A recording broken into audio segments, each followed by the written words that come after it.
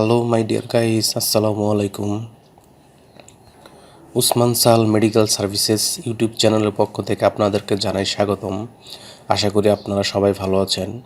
বন্ধুগণ, আজকের ভিডিওতে আমি আপনাদেরকে বাচ্চা এবং প্রাপ্তবয়স্ক সবারই অ্যালার্জি, সাধারণ ঠান্ডা, সর্দি বা কাশি, ভ্রমণজনিত বমি, অ্যালার্জিক রাইনাইটিস বা রাইনাইটিস, ঝুলি, এডেমা ইত্যাদি সমস্যার সমাধানে অত্যন্ত কার্যকরী একটি ট্যাবলেট বা সিরাপ, এর নাম, দাম, কার্যপ্রণালী, গ্রুপ বা জেনারিক নাম, প্রস্তুতকারক কোম্পানির নাম, খাওয়ার নিয়ম এবং এর সাইড এফেক্টস বা পার্শ্ব প্রতিক্রিয়া সম্পর্কে আলোচনা করব।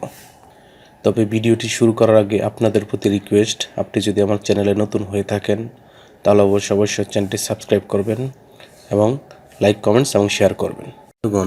সাধারণ অ্যালার্জি, সাধারণ ঠান্ডা, সর্দি বা কাশি, ভ্রমণজনিত বমি, রাইনাইটিস, ঝুলি, ইডেমা ইত্যাদি সমস্যার সমাধানে বিশেষজ্ঞ ডাক্তারগণ সচরাচর যে ট্যাবলেটটির বা সিরাপটির নাম বলে থাকেন তার নাম হলো হিস্টাল ট্যাবলেট বা সিরাপ।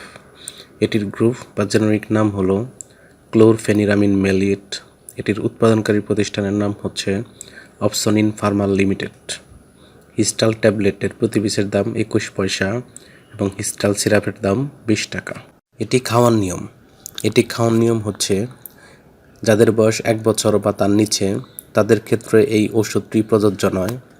অন্যদিকে যাদের বয়স 1 থেকে 2 বছর তারা প্রতিদিন 1 মিলিগ্রাম করে 2 বার, যাদের বয়স 2 থেকে 5 বছর তারা প্রতিদিন 1 মিলিগ্রাম করে দিনে 4 বার, যাদের বয়স 6 থেকে 12 বছর তারা 2 মিলিগ্রাম করে দিনে 4 বার এবং যাদের বয়স 12 বা তার ঊর্ধ্বে অর্থাৎ প্রাপ্তবয়স্ক তারা 4 মিলিগ্রাম করে দিনে 4 বার সেবন করতে পারবে। এই ওষুধটি সেবনের পর সামান্য কিছু সাইড এফেক্টস বা পার্শ্ব প্রতিক্রিয়া দেখা দিতে পারে, যেমন ঝিমুনি, পেশির দুর্বলতা এবং পুষ্টিতন্ত্রে সমস্যা হতে পারে। গর্ভাবস্থায় এবং স্তন্যদানকালীন সময়ে এই ধরনের ঔষধ বা সিরাপ না খাওয়াই ভালো বা পরিহার করা উচিত। তারপরেও প্রয়োজন হলে অবশ্যই রেজিস্টার্ড চিকিৎসকের পরামর্শ নেওয়া বাধ্যতামূলক।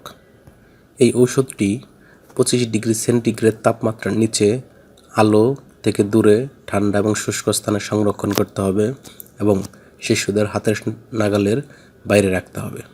একই সাথে যে কোনো ঔষধ ক্রয়ের পূর্বে অবশ্যই ওষুধের উৎপাদন ও মেয়াদ উত্তীর্ণের তারিখ দেখে নিতে হবে। ধন্যবাদ।